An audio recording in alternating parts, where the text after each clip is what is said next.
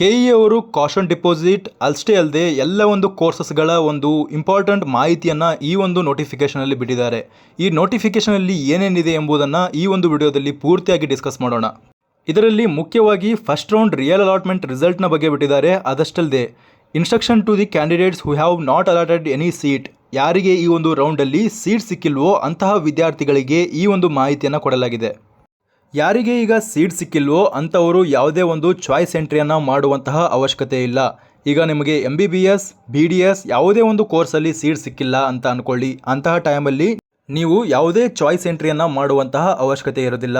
ಎರಡನೇ ಪಾಯಿಂಟ್ ಏನೆಂದರೆ, second round start ಆದಮೇಲೆ ಆಪ್ಷನ್ ಎಂಟ್ರಿಯನ್ನು ಮಾಡುವುದಕ್ಕಿಂತ ಮುಂಚೆ ಅಲ್ಲಿರುವಂತಹ ಟರ್ಮ್ಸ್ ಆ್ಯಂಡ್ ಕಂಡೀಷನ್ಸ್ಗಳನ್ನು ಕಂಪಲ್ಸರಿಯಾಗಿ ಎಲ್ಲರೂ ಓದಲೇಬೇಕಾಗ್ತದೆ. ಅದನ್ನು ಓದಿ ನೀವು ಅಗ್ರಿ ಮಾಡ್ಕೊಳ್ಳೇಬೇಕಾಗ್ತದೆ. ಅಂದರೆ ಅಲ್ಲಿ ಸಿಕ್ಕಿರುವಂತಹ ಸೀಟ್ಗೆ ಕಂಪಲ್ಸರಿಯಾಗಿ ಅಡ್ಮಿಷನ್ ತೆಗೆದುಕೊಳ್ಬೇಕಾದಂತಹ ಸಂದರ್ಭ ಬರ್ತದೆ. ಆದ್ದರಿಂದ ಅಲ್ಲಿಯ ಟರ್ಮ್ಸ್ ಆ್ಯಂಡ್ ಕಂಡೀಷನ್ಸ್ಗಳನ್ನು ಪೂರ್ತಿಯಾದಂತಹ ಗಮನವಿಟ್ಟುಕೊಂಡು ನೀವು ನೋಡಬೇಕಾಗ್ತದೆ. ಅದರ ಬಗ್ಗೆ ನಾನು ಮುಂದಿನ ವಿಡಿಯೋಗಳಲ್ಲಿ ಕೂಡ ಎಕ್ಸ್ಪ್ಲೇನ್ ಮಾಡಲಿದ್ದೇನೆ. ಯಾರು ಆಪ್ಷನ್ ಎಂಟ್ರಿಯ ಪೋರ್ಟಲಲ್ಲಿ ಲಾಗಿನ್ ಆಗ್ತಿರೋ ಅಂಥವರು ಟರ್ಮ್ಸ್ ಆ್ಯಂಡ್ ಕಂಡೀಷನ್ಗಳನ್ನು ಓದ್ಕೊಂಡ ನಂತರ ಅವರಿಗೆ ಮಾತ್ರ ಮಾಡಿಫೈ, ರೀಆರ್ಡರ್ ಅಥವಾ ಡಿಲೀಟ್ಗಳನ್ನು ಮಾಡಿಕೊಳ್ಳುವಂತಹ ಅವಕಾಶವನ್ನು ಕೊಡ್ತಾರೆ. ಅಂದರೆ ಆಪ್ಷನ್ ಎಂಟ್ರಿಗಳಲ್ಲಿ ಮಾಡಿಫೈ ಮಾಡ್ಕೊಳ್ಬೋದು, ಆಲ್ಟ್ರ್ ಮಾಡ್ಕೊಳ್ಬೋದು ಮತ್ತು ರೀಆರ್ಡರ್ಗಳನ್ನು ಮಾಡ್ಕೊಳ್ಬೋದು. ಇನ್ನೊಂದು ಪಾಯಿಂಟನ್ನು ಕೊಟ್ಟಿದ್ದಾರೆ, ಕಾಷನ್ ಡಿಪಾಸಿಟನ್ನು ಕೇವಲ MBBSಗೆ ಪಾರ್ಟಿಸಿಪೇಟ್ ಮಾಡುವಂತಹ ವಿದ್ಯಾರ್ಥಿಗಳು ಮಾತ್ರ ಪೇ ಮಾಡಬೇಕು. 1 ಲಕ್ಷ ಕಾಷನ್ ಡಿಪಾಸಿಟನ್ನು MBBS ಸ್ಟೂಡೆಂಟ್ಸ್ಗಳು ಮಾತ್ರ ಪೇ ಮಾಡಬೇಕು. ಈ ಒಂದು ಕಾಷನ್ ಡಿಪಾಸಿಟನ್ನು ಪೇ ಮಾಡೋದಕ್ಕೆ ನಿಮಗೆ ಕಾಲಾವಕಾಶವನ್ನು ಅವರು ಕೊಡ್ತಾರೆ. ಅದಕ್ಕೆ ಕೂಡ ಒಂದು ಶೆಡ್ಯೂಲನ್ನು ಬಿಡ್ತಾರೆ. ಅದಕ್ಕೆ ತಕ್ಕಂತಹ ಇನ್ಸ್ಟ್ರಕ್ಷನ್ ಕೂಡ ಅದರಲ್ಲಿ ರಿಲೀಸ್ ಮಾಡ್ತಾರೆ. ಅದನ್ನು ನೀವು ಓದಿಕೊಂಡು ಅದರ ನಂತರ ನೀವು ಕಾಷನ್ ಡಿಪಾಸಿಟನ್ನು ಪೇ ಮಾಡಬೇಕಾಗ್ತದೆ. ಕಾಷನ್ ಡಿಪಾಸಿಟ್ ಇರ್ತದಲ್ಲ, ಇದು ಡೆಂಟಲ್ ಮತ್ತು ಆಯುಷ್ ಕೋರ್ಸ್ಗಳಿಗೂ ಕೂಡ ಸಂಬಂಧಪಟ್ಟಿರೋದಿಲ್ಲ. ಕೇವಲ MBBS ಕೌನ್ಸಿಲಿಂಗಿಗೆ ಮಾತ್ರ ಸಂಬಂಧಪಟ್ಟಿರ್ತದೆ. ಅಂತಹ ಕಾಲೇಜ್ಗಳನ್ನು ನೀವು ಆಪ್ಷನ್ ಎಂಟ್ರಿಯಲ್ಲಿ ಹಾಕಿದರೆ ನೀವು ಕಾಷನ್ ಡಿಪಾಸಿಟನ್ನು ಪೇ ಮಾಡಬೇಕು.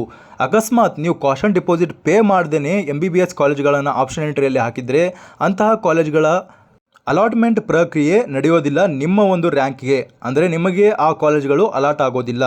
ಇದಾಗಿತ್ತು ಕ್ವಿಕ್ ಆಗಿರುವಂತಹ ಮಾಹಿತಿ. ಇದು ನೀಟ್ ಅಪ್ಡೇಟ್ಗಾಗಿ ಈಗ ಜಸ್ಟ್ ಅವರು ರಿಲೀಸ್ ಮಾಡಿದ್ದಾರೆ. ಇದನ್ನು ಎಲ್ಲರೂ ಕೂಡ ಒಂದು ಗಮನ ಇಟ್ಕೊಂಡು ಓದಿ.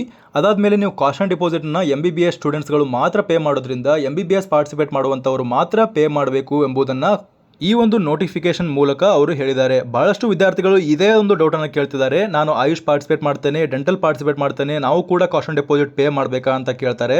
ಆದರೆ ಡೆಂಟಲ್ ಮತ್ತು ಆಯುಷ್ ಪಾರ್ಟಿಸಿಪೇಟ್ ಮಾಡುವಂಥವರು ಯಾವುದೇ ಕಾಷನ್ ಡಿಪಾಸಿಟನ್ನು ಪೇ ಮಾಡುವಂತಹ ಅವಶ್ಯಕತೆ ಇರೋದಿಲ್ಲ. ಇದಿಷ್ಟಾಗಿತ್ತು ಈವರೆಗಿನ ಮಾಹಿತಿ. ಈ ಮಾಹಿತಿ ನಿಮಗೆ ಇಷ್ಟವಾಗಿದ್ದರೆ ನಿಮ್ಮ ಫ್ರೆಂಡ್ಸ್ಗಳಿಗೂ ಈ ವಿಡಿಯೋನ ಶೇರ್ ಮಾಡಿ. ಹಾಗೆ ಚಾನಲನ್ನು ಸಬ್ಸ್ಕ್ರೈಬ್ ಮಾಡೋದನ್ನು ಮರಿಬೇಡಿ. ಧನ್ಯವಾದಗಳು.